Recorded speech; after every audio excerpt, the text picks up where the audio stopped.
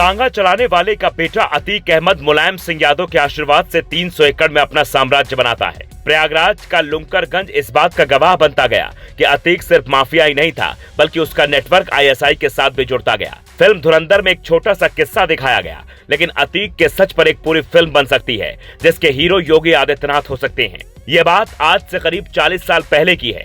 उत्तर प्रदेश के पूर्वांचल में माफियाओं का गैंग सक्रिय था। पूर्वांचल का गोरखपुर क्राइम कैपिटल कहा जाने लगा। वीरेंद्र प्रताप शाही और हरिशंकर तिवारी का गैंग यूपी से लेकर बिहार तक सक्रिय हो गया। उन्हीं दिनों श्री प्रकाश शुक्ला जैसे बेखौफ गैंगस्टर का जन्म हुआ।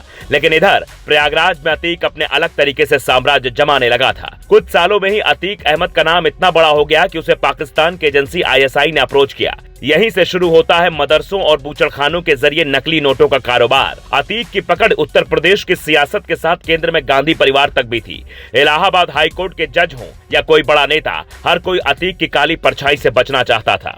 राजनीतिक पार्टियों के लिए अतीक सुपारी मैन बन जाता है, यानी हवाला कारोबार के जरिए पैसों का खेल उत्तर प्रदेश से पाकिस्तान तक शुरू होता है। अतीक की जांच न तो सीबीआई कर पाई, न ईडी कर पाई और न ही यूपी पुलिस मुलायम सिंह यादव के दौर में अतीक के खिलाफ ठोस मुकदमा तैयार कर पाई। अतीक का मनोबल इतना बढ़ गया कि साल 2007 में उसके भाई अशरफ और उसके साथियों ने मदरसे से 2 लड़कियों को उठा लिया। मदरसा कांड के बाद मुलायम सिंह यादव और अतीक का संबंध खत्म नहीं हुआ।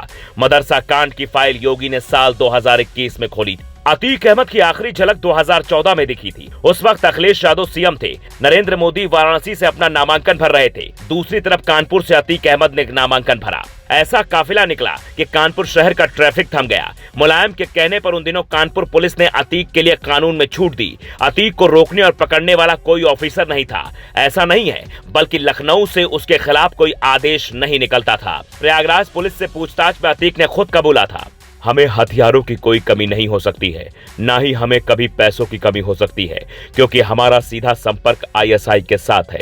यानी अतीक न सिर्फ माफिया था, बल्कि राष्ट्रद्रोही भी था। फिर भी सरकारों ने उसके खिलाफ कभी जांच नहीं करवाई, क्योंकि अतीक सियासत का मोहरा बन चुका था। अजीत डोभाल उसी पौड़ी गढ़वाल के हैं जहां से योगी हैं। फिल्म धुरंधर की कहानी को जोड़कर देखें तो साफ होता है कि योगी को मुख्यमंत्री बनाने की कोशिश में वे भी शामिल थे, क्योंकि पूर्वांचल में एक नेटवर्क ऐसा बन चुका था जिसे अगर नहीं तोड़ा जाता तो शायद कुछ भी हो सकता था। अतीक अहमद को एक बात का घमंड था कि उसका कोई कुछ नहीं कर सकता है। योगी आदित्यनाथ ने मुख्यमंत्री बनने के बाद अतीक को गुजरात से यूपी शिफ्ट करवाया।